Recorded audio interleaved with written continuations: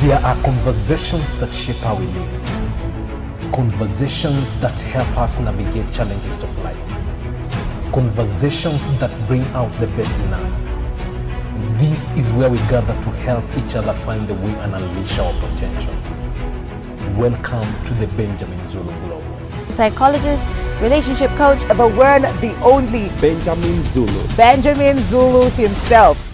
Some questions haven't found answers for a long time but can find explanations that make a lot of sense. Today we are solving a mystery on why men cheat on good girls with bad girls. Quite a mystery on that one. Welcome to Benjamin Zulu Global Show. My name is Sylvia Keremi and today we are ready to solve that mystery with Benjamin Zulu on the show. I hope you're going to learn something with us. Quite a thorny experience in a relationship or marriage. That's very true. And Yes. the first reason is that the man has an overactive self-sabotaging streak.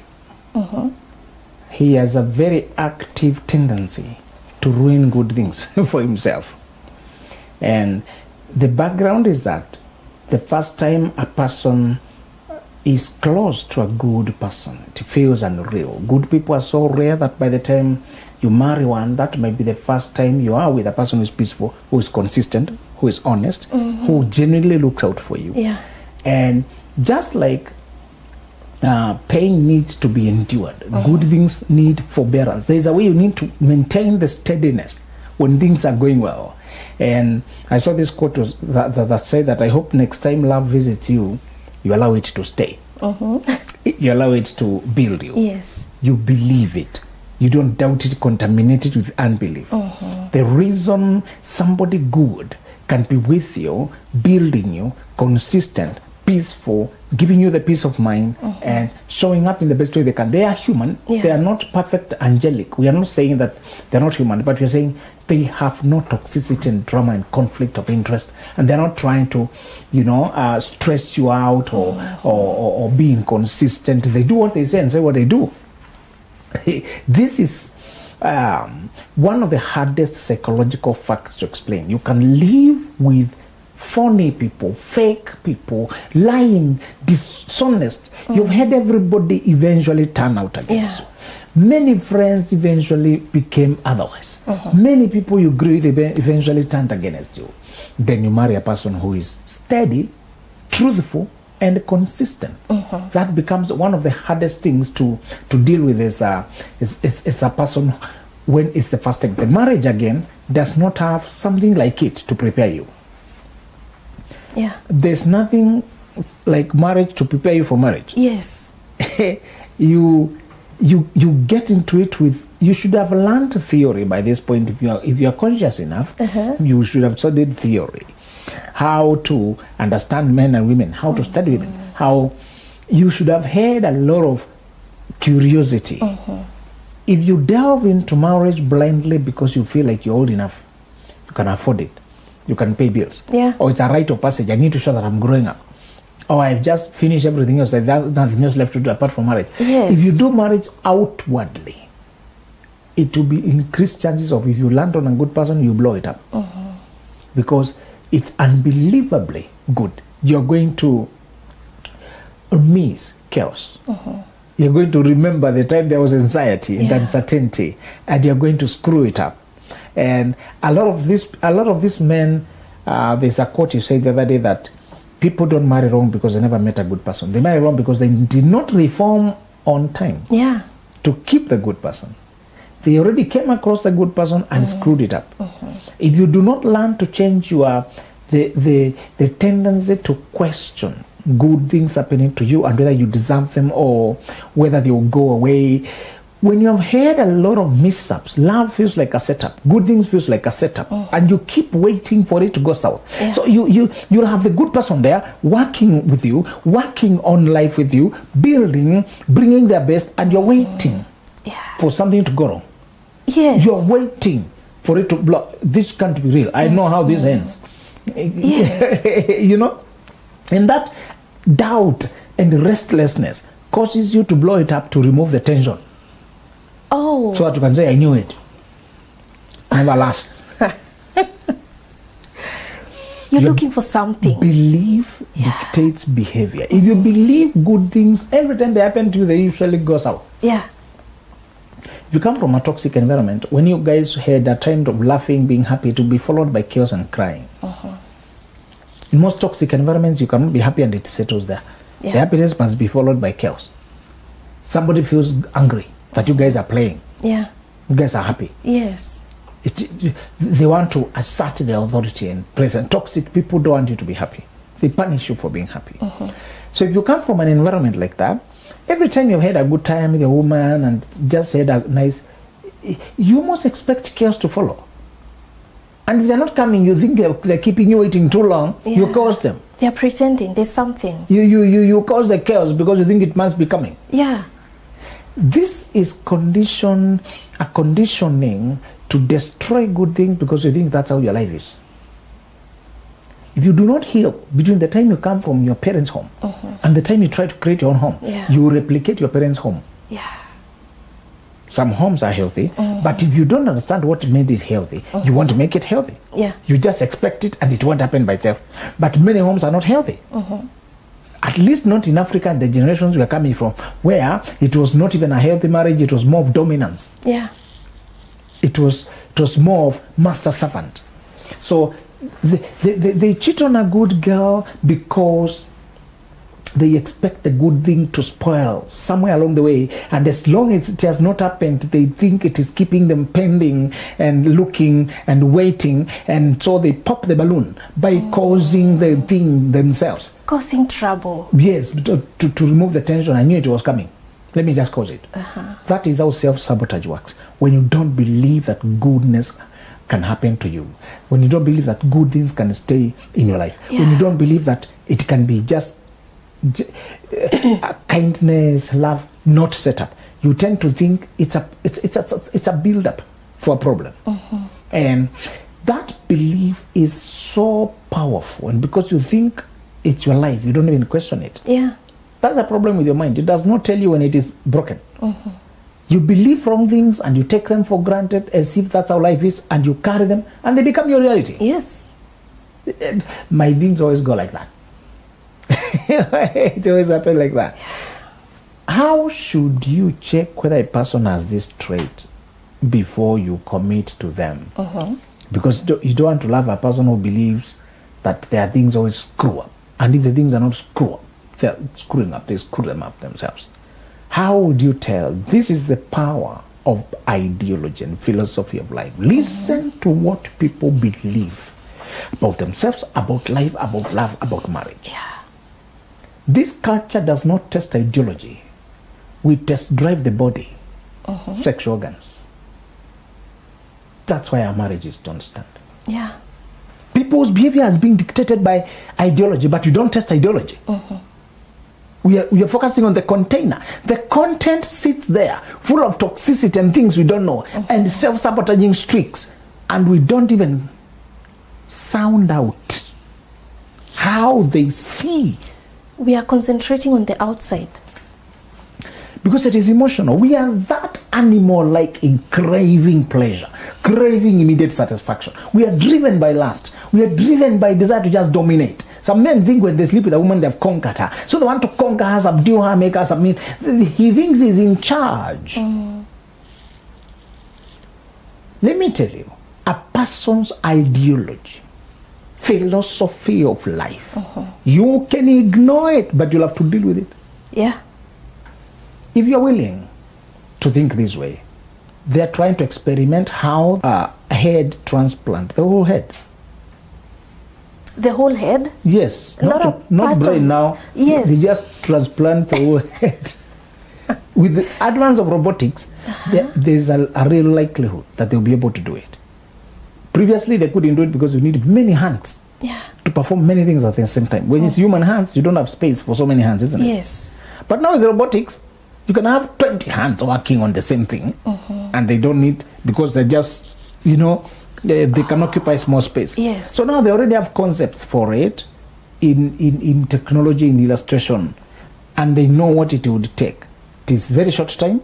You need to do some things. Yeah. But do you know what I want you to hear there?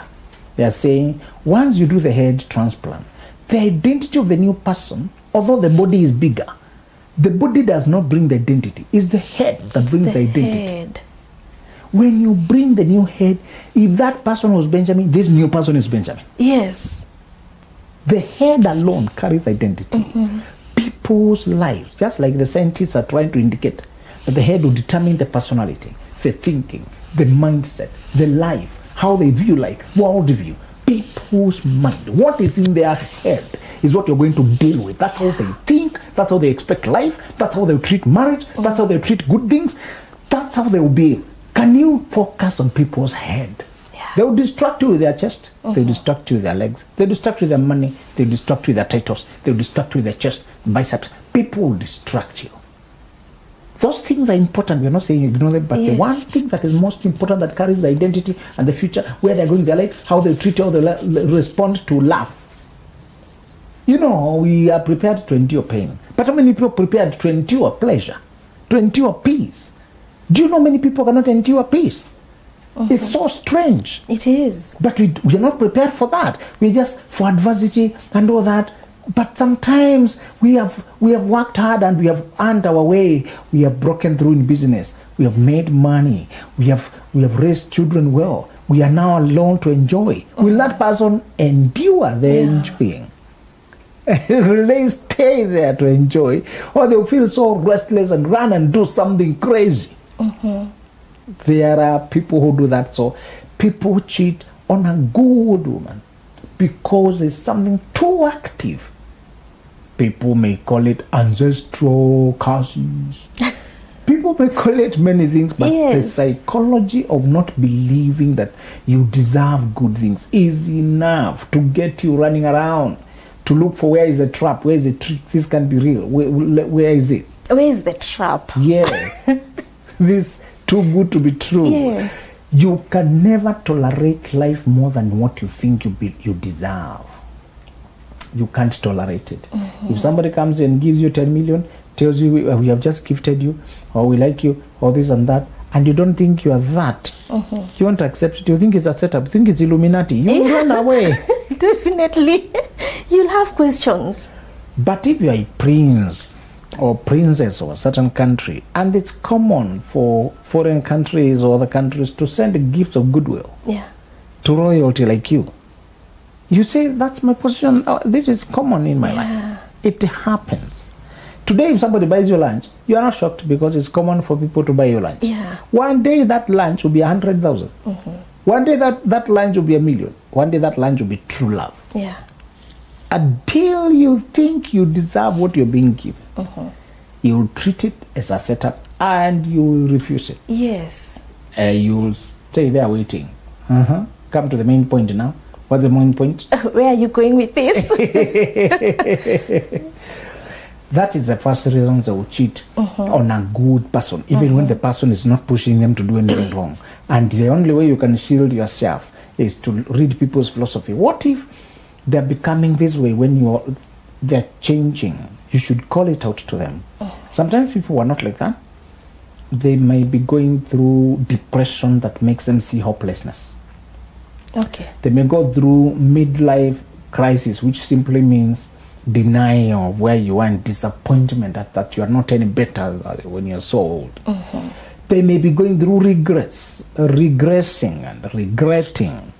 You can then highlight it to them and help them accept their life, because people can sabotage everything good in their life when they feel like nothing is doing good. You should call it out to them and let them know that this is nothing but a generalization of a situation to make it look like your whole life is hopeless like that. The second reason of men cheating on good girls with bad girls is when they mistake bait for adventure. The bad girl can bait a good man to become her resource. And how do they bait them? By inviting them to secret pleasure, to taboo, to excitement, to some dopamine thrill. And they make it look easy in the beginning. Many times the man does not know this woman too much. He just knows she's sexy, attractive. She's willing for some secret things here and there. He doesn't know what she's capable of. Yeah. They're interacting in a context of romance and flirting. She is coming at him with all these niceties. She doesn't show the other side. He only sees how he will enjoy. Yes. How he will get away with it. How he will maybe pay or whatever, use just his money to get out of it. How it's a short time thing. Yes, and it will not spread into his life. Yeah. A lot of times, the man is hoodwinked into underrating the girl. She plays innocent. She plays like he's the one in control. During the campaign period, everything is rosy. Yeah. Everything is rosy. Everything is beautiful. And it's all these smiles, it's all this sexual vibe, it's all this excitement. People don't see the whole spectrum. They don't even sit to imagine how many things can go wrong.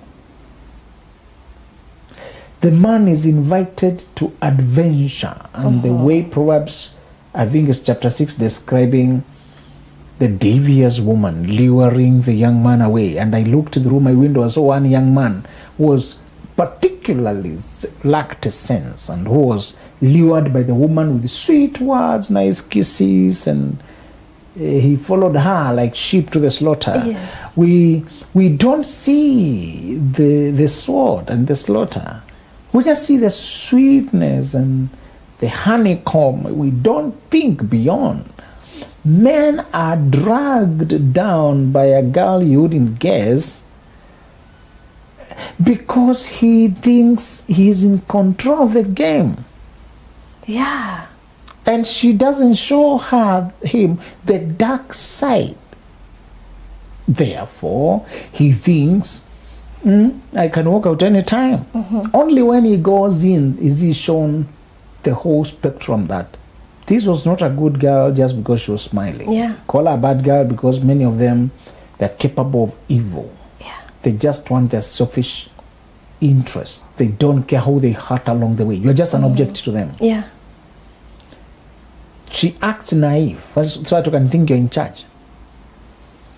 There are these Kenyan girls who even use the traditional unexposed upcountry rural girl outlook to deceive men. Yes. They don't even look like they are cultured, so they just keep it plain and simple. So you don't think she knows anything. Yeah. Plain. Harmless. Yes. and then she looks just Kenyaji there. Yes. Many of them have a long lineup of men. But because she looks that simple, you can't guess. Yeah. Simple. And they don't look like they know how to play those games. The man is shocked when he realizes he is the one being played. Yes. He's the one who has a resource. Getting into a bad girl's world is easy. It is getting out that is not. That is not easy. Because she will not lose her prey. She will not lose her resource. These girls know they don't have anything to offer you except their body, and they just want money or whatever. And they have nothing much to lose. They have nothing much to lose. Yeah. You have a marriage to lose, they don't have much They to don't. lose. Yeah. And this is the reason a lot of men find themselves trapped, and they are held at gunpoint for a long time. The third reason a man will cheat his good woman with a bad girl is when he keeps a company where those behaviors are normalized, and it is made to look like men are polygamous by nature. You should have something extra. You should have something out there. It is just part of being a man. It's not a big deal. As long as you are going home, you're providing, it's your room. You can keep company that sells a philosophy of life that's so permissive of infidelity until you normalize it. This goes along with another reason that we may not focus on today, but just change of status when men succeed. They get a lot of worship for women around them, trying to partake of your new status. Yeah. Maybe you have been nominated to a very big position. These people want jobs, they want connections, these people want money, these people want just that glory of association. Just imagine when you've been made a CEO of a very big company. How many people are worshipful now? Oh. Just that. Yes. Just that. You can attain new position and it comes with it a lot of trappings of power. And you're not accustomed to this. Your status changed. You have now big car, you have big office, you dress differently, you work so hard. This can be corporate success or just artistic success. Some people just create so much art that it finally gives way. They become very popular. Some people just build themselves. They become member of parliament. Now they are called honorable. They have salute. They have guards. They have things. VIP. They have things. It can be overwhelming when you have so many people now. Suddenly, people are nice, smiling to you. Yes. It's protocol. It's what they can get out of it. It's your position. It's not your personality. But if you are not wise enough, you can mistake it. Perhaps you opened a bigger business now. Finally, after a lot of working, your family business or something, it has yielded and you have been able to open a large thing. That you are controlling a lot of money, a lot of stuff. You'll appear very shiny. This combined with having people who around you who are doing that, it appears to be normal. It can lead the man to lose perspective, and before he knows it, he has cheated on a woman who is good to him with a woman who cannot be good to him. Yes. And what psychological factors would lead a man to cheating on a good woman? Because I believe there must be something. And how do they address it? Yes, you may have unhealed wounds. You may have low self-esteem. When you have a low self-esteem, you think you don't deserve this person. Or you may connect better. I saw somebody saying that when a man is considering between two women, he generally goes to the one with a weak mind, because only the weak mind doesn't have a lot of requirements. And she's easier to deceive. She will think she's the one who is winning. Now, when he goes to the one with a weaker mind, there are lesser requirements there. He's not called up to lead, to do better, to set the bar, to speak up. There's not much expectations. When he goes to the woman who has a strong mind, she holds him to his potential. Yes. And to his promises. And to his what she knows he's capable of. So a lot of times the psychological problem is that this man married over his head. A woman can be younger in age but stronger mentally. Yes. And over time she continues to grow when he's not growing. That's one psychological disparity that should be very careful with. A woman is always reading, working on herself, improving, and the man is not doing that. Where is the meeting point? Over time, they drift. She is growing, being able to think more, her dreams now, how she lives, how she conducts herself, her general standards of hygiene in the house, what they feed at home, how they maintain clean, the standard of life, just the ease and the standard and the elegance. All of it is higher standard matching with who she is. But he may feel out of place and go to another place where there is less of all that. Less, lower pace of life, slower pace of life. You know, women who are moving, who are in motion in life, yes, they rest, but they don't idle. They have time for recreation, but you don't sit in the house the whole week. She will rise and go to work. And she expects you to do the same. We are building. But there's another place he can go and watch the TV the whole day and it's okay. and just idle there, and it's okay. A weaker woman will sit with an idle man in the house. Yeah. In the name of we have a child together or we love each other, whatever funny reasons. He's not challenged. He is not challenged. Yes. So he may be gravitating to the woman who gradually he is resembling that kind of people. Yeah. He himself. So he could be becoming the bad boy, the lazy boy, and he's gravitating to his kind. Yeah. And when they started, they could have had this drive to build. Honestly, he just wanted the woman shining. He was not prepared to join with her. Yes. Wow, and that answers the question why most women actually complain that they can't believe the person or the kind of person he cheated with is way below them, yeah? Most people have expressed that, and I also couldn't understand why that. Because you thought if he's cheating, maybe it's somebody better. Sometimes you are the better one in the mix. Yes. And some of those reasons, as you can see, they are coming from his past and his history and loopholes in his philosophy. Yeah. Combined with the fact that sometimes people don't imagine that they can get caught. They don't imagine that they can screw up their life. If you were to imagine this will spread and get home, he might not have done it maybe. But for thinking he can keep it secret, being hoodwinked and lured, he thinks he can get away with it. Yes. Wow. And is it really possible, or does it happen that men also cheat because of lack of emotional intimacy in their homes?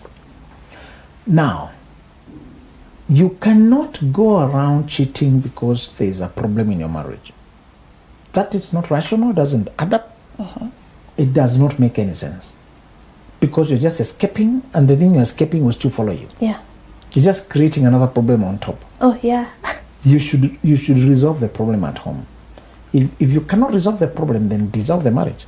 There's never a reason to cheat a person you're still committed to. It's unfair to them. Yeah. It's unfair to everyone. It's too selfish. Yes. Resolve the issue. If you can't resolve the issues, dissolve the marriage. Set each other free. Yeah.